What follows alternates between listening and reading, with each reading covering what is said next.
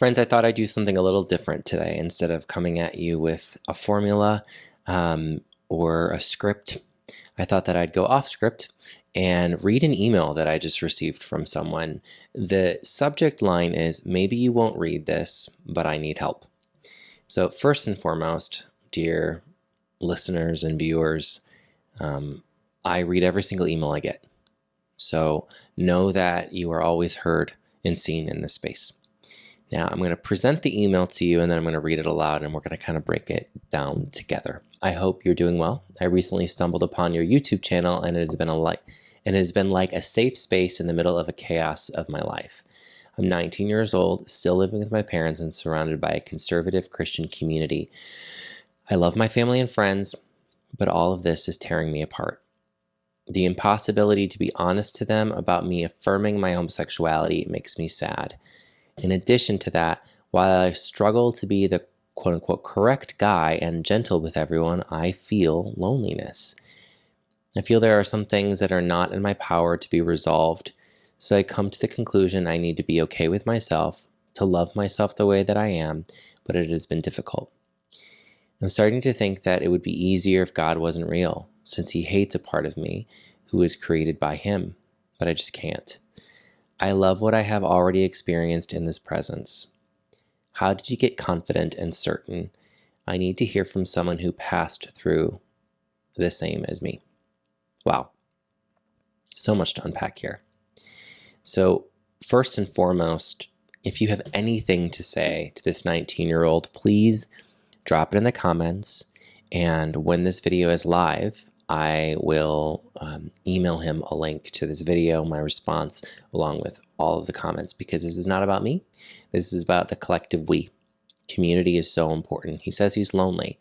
Community is more important than anything else in times like these.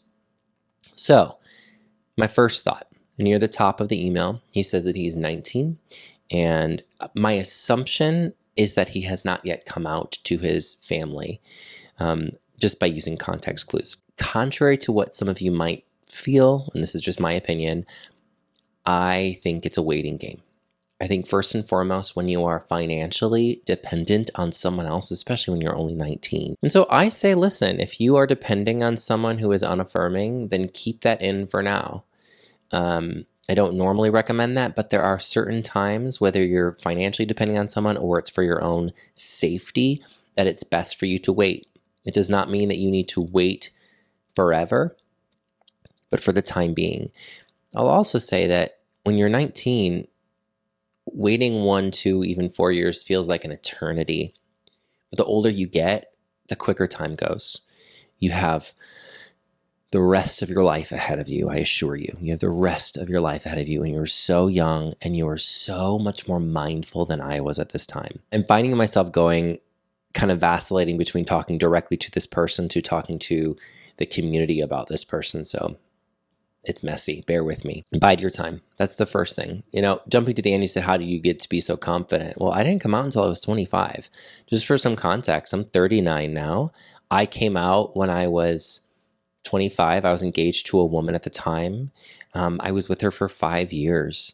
And so I didn't come out until I was 25. If you're 19 and you can already put into words that you're gay and you don't have all the answers, you have so many more answers than I had when I was 19. You say, while I struggle to be the correct guy and gentle with everyone, I feel loneliness. Okay, a couple of things. Thing one, there is no correct guy.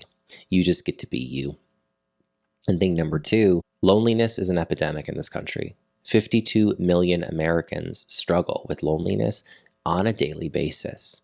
So simply being able to note that is half of the work. Acknowledgement of how you feel is half the work. So what can you do when you're 19 and you're feeling lonely? You can, like this person did, email me. You can follow my Instagram. You can continue to follow my page here. You can go on my email list. If nothing else, just to feel like you are not alone in this, because shame will tell you that you're alone in this. And if you were brought up in the church, you might believe that that voice of shame is the voice of God punishing you. It's not what it is. It's not true. But shame will tell you that you're alone, and you can't share any of these things with other people. And the reason shame does that is because it grows in silence. It hates to be talked about. So continue to find people who will listen to you along your journey. He goes on to say, I know there are some things that are not in my power to be resolved, so I came to the conclusion I need to be okay with myself, to love myself the way I am. But it has been difficult. This is incredibly mindful. You are separating what you can control from what you cannot control. You cannot control what other people think of you. What you can do is you actually have more power than you think. You can shift your own mindsets. So here's a tool. When you have a thought like being gay is wrong, instead of saying, is it true? Consider asking the question, is it helpful? Is it helpful to think that this belief is wrong? If it's not helpful, then continue to question it. You say that it's difficult. Absolutely, it's difficult. And the reason it's difficult is because your ego, that voice inside that says you might be wrong, it doesn't want you to be healthy. It wants to be right, and it wants to be quote unquote normal. It wants to continue down the path that it's been going down because it's kept you alive for 19 years. But here's the thing. Here's the thing about that voice. That voice, it prevented you from burning your hand on the stove more than once. You were a child, you burn your hand on the stove once, and you're like, ooh, that voice would be like, ooh, I'm not going to do that again. Keeps you in line. But now if you continue to listen to that voice, then it's going to prevent you from cooking. So acknowledging that this is a hard journey, that finding different ways of thinking about yourself, that getting yourself to a place where you don't just tolerate who you are, but you love and celebrate who you are, that takes time. And it's expensive. It costs a lot. It costs the approval of other people. It costs some fear, some doubt. But my goodness, is it worth it in the end? I'm starting to think it would be better if God wasn't real, since he hates a part of me who was created by him, but I just can't. I love what I've already experienced in his presence. Maybe there's a different way. Fear will tell you it has to be A or B. It has to be black or white. There's no gray. And for you, fear right now is saying that either God is real and he's doomed you to hell, or God is not real at all. There's no middle ground. What if there is a different way? What if you get to a place where the more you love being gay, the more you feel seen and loved by God? What if in the Bible, when God says that you were made in the image and likeness of me, that was truth? What if the verses that talk about homosexuality don't actually talk about homosexuality? What if the 6 clobber passages in the Bible have nothing to do with homosexuality, have been taken out of context and have been used against the queer community because some people in power need a scapegoat? These are things that I wish I knew when I was 19. But again, I didn't. So the good news is that you were so much further ahead than where I was when I was 19. I didn't always feel this way, but there was a moment, a pivotal moment in my life where I recognized truly that the more I loved who I was as a gay man, the more I felt seen and loved in the presence of God. And you can get there too. And so how did I get this confident and certain? Well, it took a long time. And like I said, I was not here when I was 19. It took a lot of questions, a lot of doubt, a lot of wrestling with verses in the Bible, a lot of tough conversations, a lot of loneliness. I assure you, you are on the right track by simply asking these questions, because faith and certainty are not synonymous. I'm a man of faith, but faith is not being certain. Faith is sitting in the discomfort of the unknown and choosing love anyway.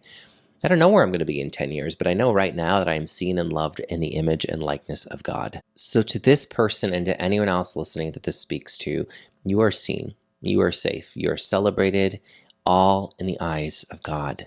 And your queerness is a gift to be celebrated. And like I said earlier, if you have anything that you want to add, go ahead and drop a comment for him, because I am certain that he's going to read all of the comments. We are in this together, and we are not alone. Furthermore, we are all worthy of love and belonging as and because of who we are.